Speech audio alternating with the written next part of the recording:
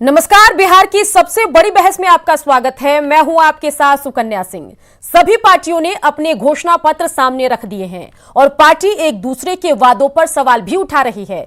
चुनावी जोश में सभी बड़े बड़े वादे कर रहे हैं और विरोधी कह रहे हैं कि वादे व्यवहारिक नहीं है, मतलब वादे बिहार की अर्थव्यवस्था में संभव नहीं है। तो इस पर पलटवार भी हो रहा है। कहा जा रहा है कि जिनको बजट की समझ नहीं है वह कह रहे हैं कि वादे वास्तविक नहीं है, मतलब प्रैक्टिकल नहीं है। ऐसे में सवाल उठ रहा है कि बिहार में बजट का ज्ञानी कौन है। पिछला बार सुशील मोदी जी ने जारी किया था, बोले थे सबको स्कूटर और डीजल और पेट्रोल का किराया देंगे, खर्चा देंगे। मिला क्या? ऐसी बातें कही गई जो लगता है कि न केवल झूठ का कुनिंदा बल्कि कोई भी सरकार सक्षम नहीं है कि वो कार्यक्रम कर सकती है, लागू कर सकती है।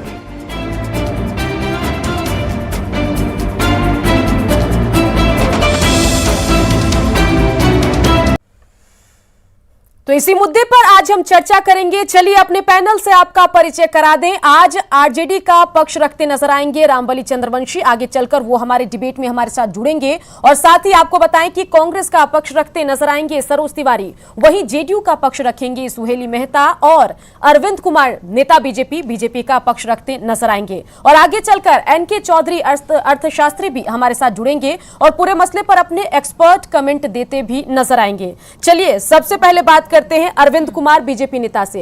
अरविंद कुमार जी, इस बार बीजेपी का भी विजन डॉक्यूमेंट सामने है और तमाम पार्टियां भी अपना घोषणा पत्र लेकर सामने हैं, क्या कुछ आपको लग रहा है? मैं आपको बता दूं कि भारतीय जनता पार्टी अपने आदर्शों के कारण ही इस देश में अपना अलग चेहरा बना के चलती है।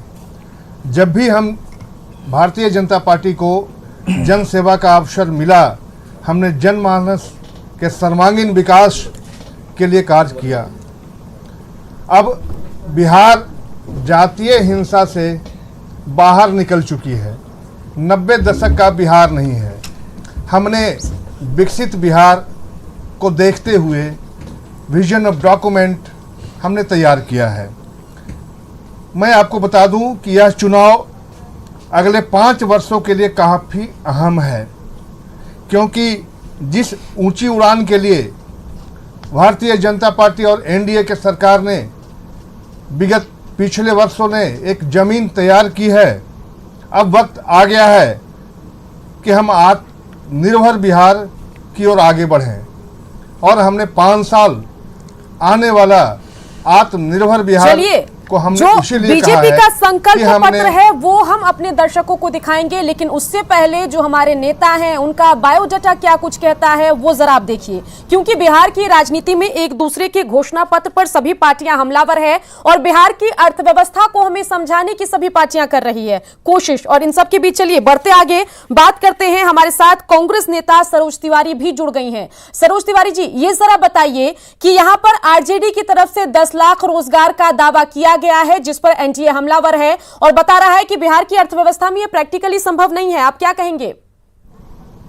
देखिए, ये संभव वही नहीं बोल सकता है जिसको अर्थशास्त्र की समझ नहीं है। बजट बनाना हमारे डिप्टी सीएम साहब का काम था।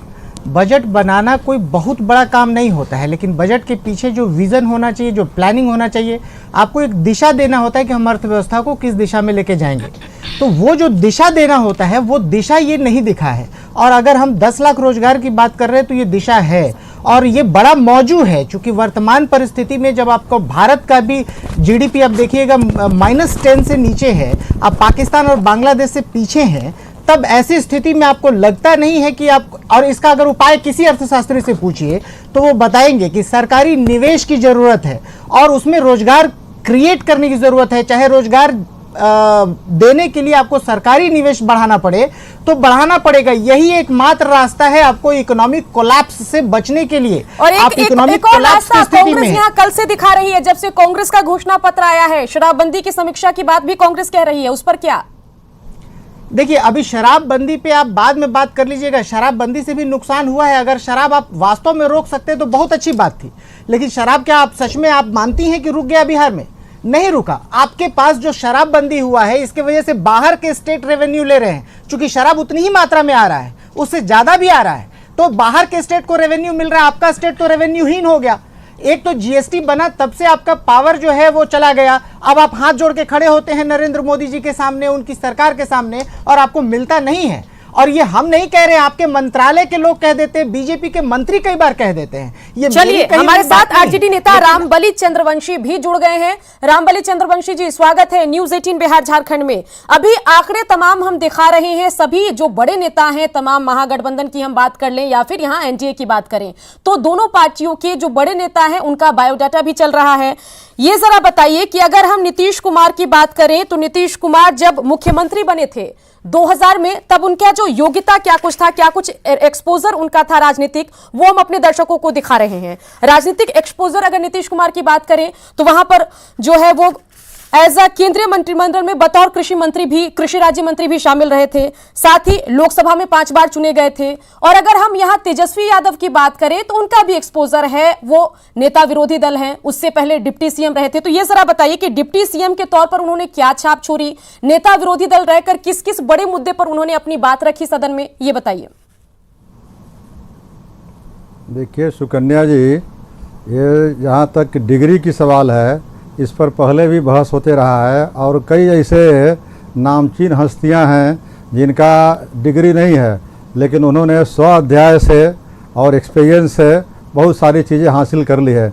उसी में से हमारे तेजस्वी प्रसाद यादव जी हैं कि आज भले इनके बारे में 8वीं 9वीं और ये जो ट्रेडिशनल डिग्री की बात की जाती है वो नहीं प्राप्त किए हैं, लेकिन तेजस्वी जी को इन्होंने कई बार चैलेंज किया है कि जिस नेता को बिहार में हमसे डिबेट करना है, चाहे नीतीश जी हो, चाहे सुशील मोदी जी हो, चाहे और भी कोई नेता हो, हमसे डिबेट कर सकते हैं बिहार के इशू पर। दूसरी बात रही जहाँ तक प्रतिपक्ष के नेता के रूप में, उन्होंने कई बार ऐसा परफॉर्म किया है कि पूरे हिंदुस्तान में एक नज़ीर बन गए हैं कि तेजस्वी जी बहुत अच्छा बोलते हैं।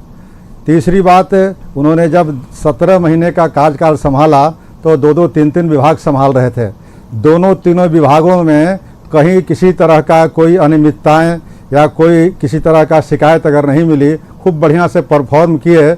इस तरह से तेजस्वी जी के बारे में यह कहना कि वह शिक्षित नहीं है और उनके पास ट्रेडिशनल डिग्री नहीं है, ये सब कहीं से कोई माने नहीं रखता है जी। आज बिहार के अंदर वो जहाँ भी जा रहे हैं इस चुनाव में, सबसे इम्पोर्टेंट अहम मुद्दा है कि उनके लिए इतनी भीड़ है कि एक एक दिन में 12-12 सभाएं कर रहे हैं। ये बिहार में किसी एनडीए नेताओं को सौभाग्य नहीं है। ये महागठबंधन में अकेले एक नेता हैं जो 12 सभाएं कर रहे हैं किसी तरह, और 12 सभाओं के बाद भी बिल्कुल अपने को फास्टिंग में है, नवरात्रा में है, और फिर भी अपने को ताज़ा रखते हैं। इसलिए उनकी मुकाबला आज बिहार के नौजवान, बिहार के छात्र, बिहार के किसान, बिहार के मजदूर, उनके पीछे लगता है कि दीवाना हो गया है, एक इनर करंट बह रहा है उनकी किसी भी मीटिंग में। रामबली जी, यहाँ पर हम डिटेल दिखा रहे हैं अपने दर्शकों को। जब नीतीश कुमार 2000 में मुख्यमंत्री बने तो उनका राजनीतिक अनुभव क्या कुछ था। रेल मंत्री का पद संभाल चुके थे, कृषि मंत्री का पद संभाल चुके थे, 5 बार लोकसभा के लिए चुने गए। और जब बात तेजस्वी यादव की आई तो आपको लगता है कि जब उनके बायोडाटा का जिक्र होगा, उनके शैक्षणिक योग्यता का जिक्र होगा, तो वो उन पर व्यक्तिगत हमला है। चलिए बातचीत करेंगे। एनके चौधरी अर्थशास्त्री भी हमारे साथ बने हुए हैं। एनके चौधरी जी, बड़े बड़े दावे सभी पार्टियां कर रही है, बिहार का बजट दिखा रहे हैं सुशील कुमार मोदी, साथ ही जेडीयू के नेता वशिष्ठ नारायण सिंह, और कह रहे हैं कि ये दावे संभव नहीं है बिहार की अर्थव्यवस्था में। आपको क्या कुछ लगता है?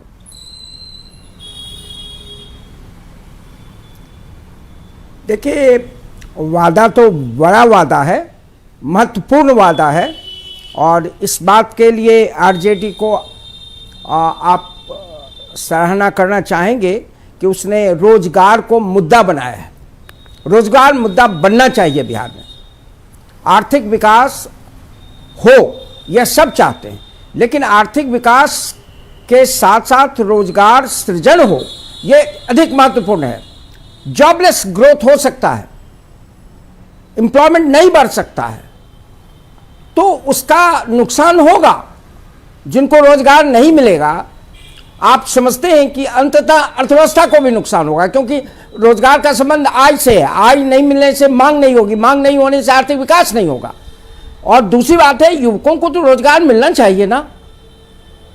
लेकिन ये एनके सपना चौधरी अगर जी, आरजेडी सवाल दिखा हमारा रहा ये है, है कि जो हमारे उसको ये वोटर हक जिनकी है। उम्र 40 साल से कम है, उनकी हक संख्या है। जो है वो बिहार की जनसंख्या का 50% है। क्या ये लोक लुभावन वादे सिर्फ उस 50% वोटर को अट्रैक्ट करने के लिए, उनका वोट पाने के लिए किया जा रहा है, या इन वादों में जो है बुनियाद है, ये वादे संभव है बिहार की अर्थव्यवस्था में? सवाल हमारा ये है। ये वादा युवकों को ध्यान में रखकर किया गया है, चुनाव को ध्यान में रखकर किया गया है, इसे नकारा नहीं जा सकता है। और ये हर पार्टी को हक है, हर पार्टी को हक है, केवल आरजेडी को हक नहीं है, बीजेपी भी ला सकती है। क्यों नहीं बीजेपी ऑल्टरनेटिव प्लान लाती है? क्यों नहीं जेडीयू ऑल्टरनेटिव प्लान लाती है? सवाल यह नहीं है कि उनको हक है कि नहीं, सवाल यह नहीं है कि लोक लुभावन वादा करना चाहिए कि नहीं, सवाल यह है कि क्या यह संभव है इतना रोजगार सृजन करना, इस पर बात होनी चाहिए। आरजेडी को यह कहकर काम नहीं चलाना चाहिए कि हम 10 लाख लोगों को रोजगार देंगे, उसको एक ब्लूप्रिंट लाना चाहिए। वह कौन सी ब्लूप्रिंट है, वह कौन सी योजना है जिससे ऐसा लगे इस सरकार, देश के, राज्य के लोगों को कि ये जो वादा के प्रति वो गंभीर हैं। इसके लिए एक आर्थिक प्लान लाने की जरूरत है। सिर्फ यह कह देना कि 4 लाख 5 लाख सरकारी खाली पदों पर हम भर देंगे, अब बाकी कर लेंगे, कहाँ से कर देंगे आप? रिसोर्स मोबिलाइजेशन कहाँ से करेंगे आप? अगर ऑपोजिशन रूलिंग पार्टी के लोग कह रहे हैं कि 1 लाख करोड़ और चाहिए, तो आरजेडी को आना चाहिए कि वो टैक्स का क्या प्लान है उनके सामने, रिसोर्स मोबिलाइजेशन का क्या है, कहाँ से रिसोर्स जाएगा और किन क्षेत्रों में इसका उपयोग किया जाएगा, उसकी एम्प्लॉयमेंट इंटेंसिटी क्या है, एम्प्लॉयमेंट इलास्टिसिटी क्या होगा, कितने दिन में, ये 5 साल में कब कितना होगा। तो एक गंभीर अगर होकर के वादा करना है तो उसके साथ एक इकोनॉमिक प्लान आना चाहिए। बिल्कुल, वादा आ गया है, इकोनॉमिक प्लान कब आएगा? हमारे साथ आरजेडी नेता रामबली, जी हाँ, रामबली चंद्रवंशी बने हुए हैं। रामबली चंद्रवंशी जी, हमारा सवाल यह है कि 10 लाख नौकरी के लिए 60,000 करोड़ रुपए और चाहिए, 2,15,000 करोड़ का बिहार का बजट है। ये यहां पर अर्थशास्त्री ने भी सवाल उठाया है कि ब्लूप्रिंट क्या है, प्लान भी बताइए, कुछ प्लान है क्या? 12 सभाएं कर रहे हैं, समय है, तेजस्वी यादव के पास सब मानते हैं, लेकिन इस प्लान के लिए समय था क्या? प्लान बनाने के लिए अगर समय था, प्लान बनाया है तो बता दीजिए प्लान। देखिए सुकन्या जी, 10 लाख बेरोजगारों को नौजवान देने की बात हमारे आदरणीय नेता तेजस्वी प्रसाद यादव जी ने किया है। ये कहीं से भी चुनावी वादा नहीं है, ये जुमला नहीं है उनकी भारतीय जनता पार्टी की तरह जो नरेंद्र मोदी जी ने किया था। ये 4.5 लाख के लगभग रिक्तियां ऑलरेडी स्वीकृत पदों पर बिहार के अंदर है, जिस पर कुंडली मार करके बिहार के मुख्यमंत्री जी बैठे हुए हैं, और दूसरे तरफ है यहाँ बेरोजगार नौजवान आत्महत्या करने के लिए मजबूर हो रहे हैं। दूसरी बात मैं ये कहना चाहता हूँ बड़ी जिम्मेदारी के साथ है कि हमारे नेता और हमारी पार्टी ने 6.5 लाख और नौकरी हम कैसे दे सकते हैं उसका पूरा ब्लूप्रिंट तैयार कर लिया है, और कहाँ कहाँ रोजगार का सृजन कर सकते हैं उसकी पूरी रोड मैप तैयार हो गई है। इसलिए उन्होंने घोषणा किया है कि पहली कैबिनेट में पहली ब्लूप्रिंट और रोड मैप आपके पास है क्या? अच्छा मौका है, न्यूज़ 18 के जरिए दर्शकों को हमारे दिखाइए। अभी तो मैं नहीं दिखा सकता, लेकिन अगर आप बोले होते कि ये ब्लूप्रिंट इसको लेकर के आना है तो मैं लेकर के दिखा सकता हूं। मुद्दा आपको पता था क्या कि आज की डिबेट का मुद्दा क्या है? जी जी, आपको इन्फॉर्मेशन मिली होगी कि आज की डिबेट का मुद्दा क्या है? अब समझ लीजिए कि इनके पास ब्लूप्रिंट नहीं है, कैसे नौकरियां ब्लूप्रिंट है, अभी मैं लेकर के नहीं आया हूं। चलिए रामबली जी, आप व्हाट्सएप पर वो ब्लूप्रिंट मंगवा लीजिए और फिर आपसे हम वो ब्लूप्रिंट पूछेंगे। तब तक मैं कहीं और बातचीत कर लेती हूँ। यहाँ पर ये सिर्फ बीजेपी नेता अरविंद कुमार भी कुछ कहना चाह रहे हैं। अरविंद कुमार बोलिए। जी, मैं कह रहा था कि इनके पास विजन नहीं है, इनके पास कोई ब्लूप्रिंट नहीं है, रोड मैप नहीं है, सिर्फ ये जनता को लुभावनी भावने और ठगने का काम कर रहे हैं। भारतीय जनता पार्टी आज अपने जो डॉक्यूमेंट पेश की है, आज जो घोषणा पेश की है, हम 10 लाख से ज्यादा रोजगार सृजन करेंगे, नौकरियां नहीं, हम दूसरे माध्यम से भी रोजगार से उसका पूरा ब्लूप्रिंट हमने तैयार करके और आप लोग के सामने हमने रखा है। राष्ट्रीय जनता दल, इनके नेता क्या कहते हैं, क्या करेंगे, इन्हें मौका मिला और जनता देख ली कि इन्होंने क्या किया, और फिर ठगने का आगे काम कर रहे हैं, जनता के बीच सिर्फ लुभावने नारों देकर कि हम 10 लाख नौकरी देंगे। नहीं, अभी रामबली चंद्रवंशी व्हाट्सएप पर वो ब्लूप्रिंट मंगवाएंगे और उनसे हम वो ब्लूप्रिंट पूछेंगे। जेडीयू नेता सुहेली मेहता भी हमारे साथ बनी हुई हैं। सुहेली मेहता जी, ये जरा बताइए कि यहाँ पर आरजेडी की तरफ से आरोप लग रहा था कि 4.5 लाख नौकरी पर कुंडली मारकर बैठे हैं नीतीश कुमार, क्या ये सच है? आरोपों में सच्चाई है? देखिए, विरोधी तो आरोप ही लगाएंगे और तो कुछ कर नहीं सकते हैं। और सबसे बड़ी बात है कि आपने जो कहा घोषणा पत्र, हमारी पार्टी सिर्फ घोषणा पत्र नहीं, निश्चय पर विश्वास करती है। पिछले चुनाव में भी 7 निश्चय लिया था जिसमें निश्चय ये किया गया था कि बिहार के हर घर में बिजली पहुंचेगी, बिजली पहुंची। निश्चय किया गया था हर गांव को सड़कों से जोड़े जाएंगे, सड़कों से जुड़ा, पुल पुलिया बने। महिला सशक्तिकरण के तरफ जो जोर हुआ उसमें 35% आरक्षण बिहार के सभी नौकरियों में लड़कियों के लिए हुआ और वो लागू हो गया। अभी पिछली बार बीपीएससी का जो रिजल्ट निकला है उसमें 60% लड़कियां हैं, जिसका परिणाम है। तो जो भी हमारे यहाँ निश्चय किए जाते हैं उसको पूरे किए जाते हैं। और दूसरी बात ये है सुकन्या जी कि किसी भी प्लानिंग को करने के पहले, नीति बनाने के पहले अच्छे नियत की जरूरत होती है। हमारे मुख्यमंत्री श्री नीतीश कुमार जी, इनका लंबा अनुभव है राजनीति का, लंबा इतिहास है कृषि के क्षेत्र में, रेलवे के क्षेत्र में, या बिहार में ही पिछले 15 साल से वो मुख्यमंत्री रहे हैं। कोई उस तरह का वादा नहीं करते हैं जो पूरा नहीं कर सके और बड़े ही टेक्निकल ढंग से हर चीज़ों को करते हैं। समाज के हर वर्ग को हर सुविधा का लाभ कैसे पहुँचे इसकी व्यवस्था करते हैं। नियत अगर अच्छी नहीं रहेगी तो 10 लाख नौकरी की सिर्फ बात करना ये बेमानी की बात है। नौकरी क्या है? हमारी सरकार में जीविका के माध्यम से जो स्वयंसेवी संगठन जो है, स्वयं सहायता समूह महिलाओं का टारगेट हमारे यहाँ था 8 लाख महिलाओं का। 10 लाख महिलाएं उसमें काम कर रही हैं और स्वरोजगार से ये आत्मनिर्भर हैं। क्या ये रोजगार नहीं है? क्या सिर्फ सैलरी पेड जो होगा वही नौकरियां हैं? ये जो पुल पुलिया बन रहे हैं, हर जिले में मेडिकल कॉलेज बन रहे हैं, हर जिले में पॉलिटेक्निक कॉलेज है, इंजीनियरिंग कॉलेज है, इतने आईआईटी खुले, एम्स खुले, चाणक्य लॉ यूनिवर्सिटी खुले, आपको नालंदा इंटरनेशनल यूनिवर्सिटी खुले, क्या इसमें रोजगार नहीं हुए? तो ये तो सोचने की बात है और ये लोक लुभावन जो ये है, इनको कोई रास्ता नहीं है। अब चलिए रामबली चंद्रवंशी हम क्या करें, पूछ लेते हैं, पढ़ाई और डिग्री की बात क्या करें, ये थोड़ा सा हमें अच्छा नहीं लग आया रहा अभी या थोड़ा और इंतजार करें? ऐसा है सुकन्या जी कि अब इनको बौखलाहट हो रही है तो कह रहे हैं कि लोक लुभावन है। 15 साल से इनकी सरकारें हैं, नीतीश कुमार जी थक चुके हैं, अब कोई काम कर नहीं रहे हैं। जितनी भी इनकी योजनाएं हैं लालू जी जब BA-LLB थे तब शिक्षा क्या थी? चरवाहा विद्यालय खुला, भेंट चढ़ जा रही है। अब ये उनके पुत्र हैं, इनकी डिग्री के बारे में हम विशेष नहीं कुछ बोलेंगे। ये क्या शिक्षा के क्षेत्र में विकास करेंगे और क्या ये रोजगार देंगे, क्या नौकरी देंगे? रामबली जी, आपने ब्लूप्रिंट व्हाट्सएप पे मंगवाने का वादा किया था, उसका क्या?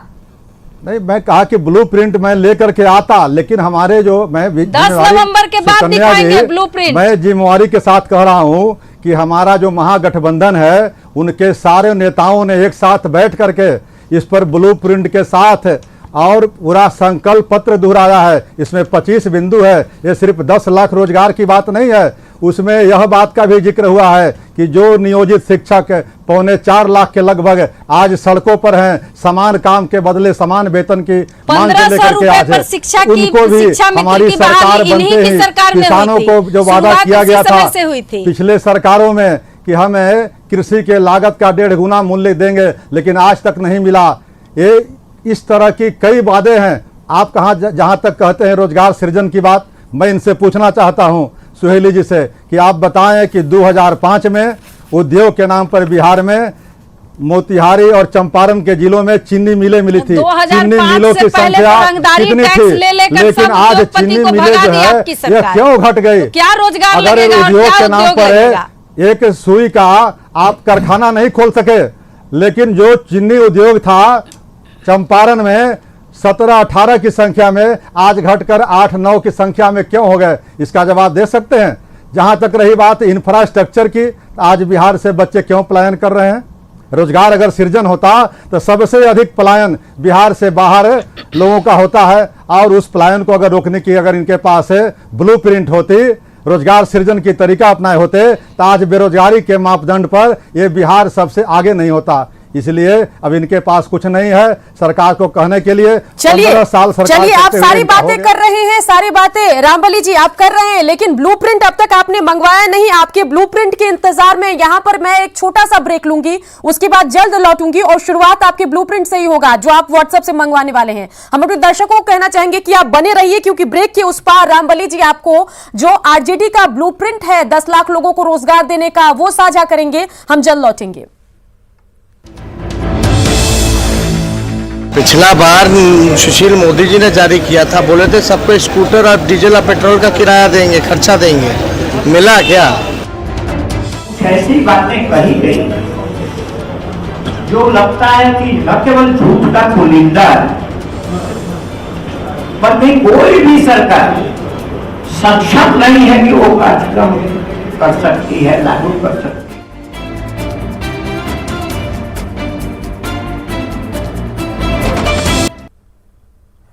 तो बिल्कुल आज का मुद्दा यही है कि बिहार में बजट का ज्ञानी सबसे बड़ा कौन सा नेता है, किसके दावों में दम है और किसने जो घोषणा पत्र में वादों का जिक्र किया है वो कितना पूरा करने की स्थिति में है। चलिए सबसे पहले बातचीत करते हैं आरजेडी नेता रामबली जी से।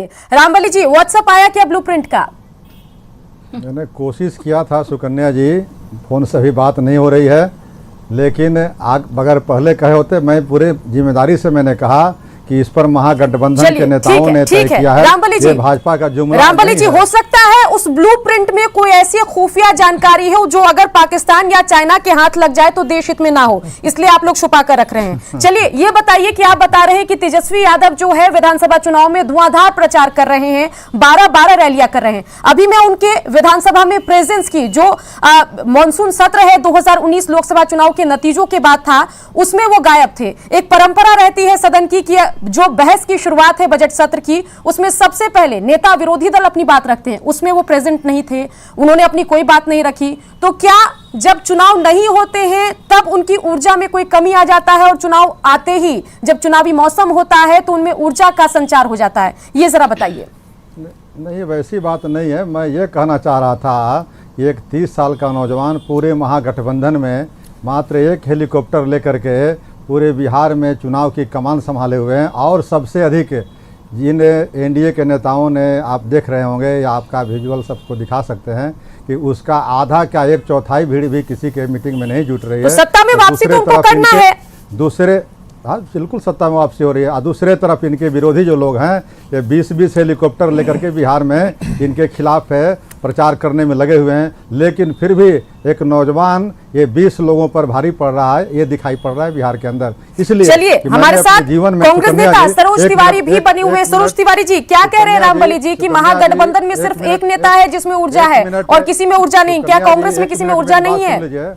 मैं एक बात और कहना चाह रहा था आपको सुकन्या जी कि बिहार के अंदर मैंने अपने जीवन में पहली बार चुनाव देखा जो जाति और धर्म से ऊपर उठ करके ये चुनाव हो रहे हैं। इसलिए हो रहे हैं कि यहाँ बेरोजगारी का सवाल आदरणीय तेजस्वी जी ने रखा। ठीक है रामबली जी, आपकी बात आ गई, आपकी बात सबने सुनी। ब्लूप्रिंट पर आप मौन है, यहाँ वहां की बातें बड़ी करनी है। चलिए कांग्रेस नेता सरोज तिवारी हमारे साथ बने हुए। सरोज तिवारी जी, क्या महागठबंधन में एक ही नेता है जिसमें ऊर्जा है, वही 12-12 रैलियां कर रहा है, बाकी कांग्रेस के नेता कहाँ हैं? सुकन्या जी, सारे नेता रैली कर रहे हैं, सारे लोग ऊर्जावान हैं और कोई भी ये नहीं है। कांग्रेस ने सबसे ज़्यादा युवाओं को मौका भी दिया है चुनाव लड़ने का। अब उसके बाद मैं थोड़ा सा एक बात करना चाह रहा था कि कई लोगों का जवाब देना चाह रहा था जी। झूठे वादे और झूठ पे बात कर रहे थे भाजपा के लोग या जदयू के लोग। समझ नहीं आ रहा है कि आज से 5 साल पहले 1.25 लाख करोड़ रुपए की बात करके कोई गया था यहाँ से भारत का प्रधानमंत्री होते हुए और तब बिहार का टोटल बजट ही 30,000 करोड़ का था। पिछले साल हमारा 1 लाख करोड़ का टोटल बजट हुआ, लेकिन 2015 में हमारे प्रधानमंत्री 1.25 लाख करोड़ बिहार को देने का वादा करके गए थे। वो वादा पूरा हो गया? मतलब ये 5 साल में कुछ नहीं हुआ। 7 जो चुनावी वादे थे उस समय 7 निश्चय का, 7 निश्चय पे मुख्यमंत्री ने कुछ किया? ये जो डबल इंजन की सरकार थी, 7 निश्चय के बारे में आप ही जैसे पत्रकारों ने, आप ही जैसे लोगों के टीवी चैनल्स पे बहुत सारी बातें हुई, मैंने आप ही के टीवी चैनल पे बोला भी था कि ये जिस तरीके से सरकार चल रही है, जिस तरह का बजटीय प्रबंधन चल रहा है, बात आपकी समझ आ गई। जेडीयू की तरफ से जवाब देते हैं सुहेली मेहता जी, जवाब देना चाह रही है। आपने सवाल उठाया, सवाल पर सवाल करेंगे तो फिर जवाब मुश्किल हो जाएगा। सुहेली मेहता का जवाब ले लेते हैं। इन लोगों की आदत नहीं, शुरू मेरी से मुश्किल रही नहीं है, होगी। सुकन्या जी, आप सवाल कीजिए, इन लोगों की मैं जवाब आदत दूंगा। रही है जनता के पैसे को पॉकेट में रखना। 1.25 लाख करोड़ इन लोगों को ये नहीं समझ में आ रहा है कि बिहार के विकास में वो पैसे लग रहे हैं। मतलब कहाँ है? इनको तभी वो पैसा लगेगा 1.25 लाख करोड़ की इनके सरकार के समय में, हमारे जैसे बड़े बड़े नेताओं के पॉकेट में पैसे जाते थे, वैसे यहाँ पर जो केंद्र सरकार के पैकेज है वो पैसे जनता तक जाती है। यहाँ कॉलेज बन रहे हैं, पुल पुलिया बन रहा है, सभी जो काम हो रहे हैं। और जहाँ तक ये 7 निश्चय की बात कर रहे हैं, क्या 7 निश्चय के तहत मुख्यमंत्री जी ने ये वादा किया था कि जो विद्यार्थी 12वीं पास होंगे उनको आगे उच्च शिक्षा के लिए स्टूडेंट क्रेडिट कार्ड मिलेगा? वो मिल नहीं रहा है। क्रेडिट कार्ड मिला? आप कभी बिल्कुल मिला है? अरे बिल्कुल मिला है। अरे पढ़े लिखे लोग हैं आप लोग, इस तरह समझिए कि कोई आपके घर में नहीं ना पहुंचाएगा। अप्लाई करिए, बिल्कुल हो गया। हम दावे के साथ कह रहे हैं कि हो गया। अगर आपको नहीं मालूम, अगर नहीं मालूम है आपको तो आप पता कर लीजिए। आप अपने घर के किसी स्टूडेंट से अप्लाई करवा के देखिए कि स्टूडेंट का क्रेडिट कार्ड मिलता है कि नहीं। आप अपने घर में आपकी बहन अगर है उसे एग्जाम दिला के, चलिए आप झूठ का पहाड़ कह रहे हैं। और अभी हम दर्शकों को दिखाएंगे कि 1990 से लेकर 2020 की अगर हम बात करें तो उस समय स्थिति में क्या कुछ बदलाव हुआ है वो जरा फुल स्क्रीन हम अपने दर्शकों को दिखाते हैं। ये जरा देखिए बजट का आकार किस तरह बढ़ा है 1990 से लेकर 2020 में। जीडीपी में क्या कुछ तब्दीली आई है ये जरा देखिए। आंकड़े हमारे पास है, अपने दर्शकों को हम दिखा रहे हैं और जहां आंकड़े में घालमेल दिखता है वहां जवाब भी लेते हैं। तो कृषि विकास दर में बढ़ोतरी आप जरा देखिए। और चौथा पॉइंट भी अभी आपके टेलीविजन स्क्रीन पर, प्रति व्यक्ति आय जो 8,000 रुपए था 1990 के आसपास, वो बढ़कर 43,822 रुपए हो गया। साथ ही बिजली की उपलब्धता का जिक्र भी हम यहां पर कर रहे हैं, जो 1990-2005 में 22% था वो बढ़कर 100% अब हो गया है। 24 घंटे बिजली मिलती है। और पक्की सड़कों का जाल जो है वो 34% से बढ़कर अब 96% हो गया है। और गैर योजना व्यय जो है वो देखिए उसमें क्या कुछ आंकड़ा कह रहा है। एनके चौधरी अर्थशास्त्री हमारे साथ बने हुए हैं। एनके चौधरी जी, यहां पर 1990 से लेकर 2020 तक के हम आंकड़े दिखा रहे हैं। आप भी लंबे समय से बिहार की अर्थशास्त्र को समझते हैं, क्या कुछ आपको तब्दीली लगी और आगे क्या लग रहा है कि क्या कुछ आगे हो सकता है?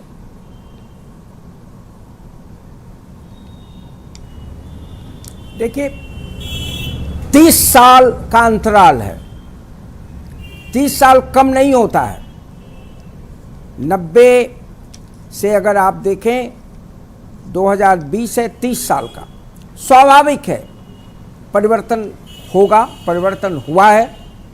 और नीतीश जी के पहले आर्थिक विकास पर जोर नहीं था, ये मैं नहीं कह रहा, माननीय लालू प्रसाद यादव जी खुद कहते थे।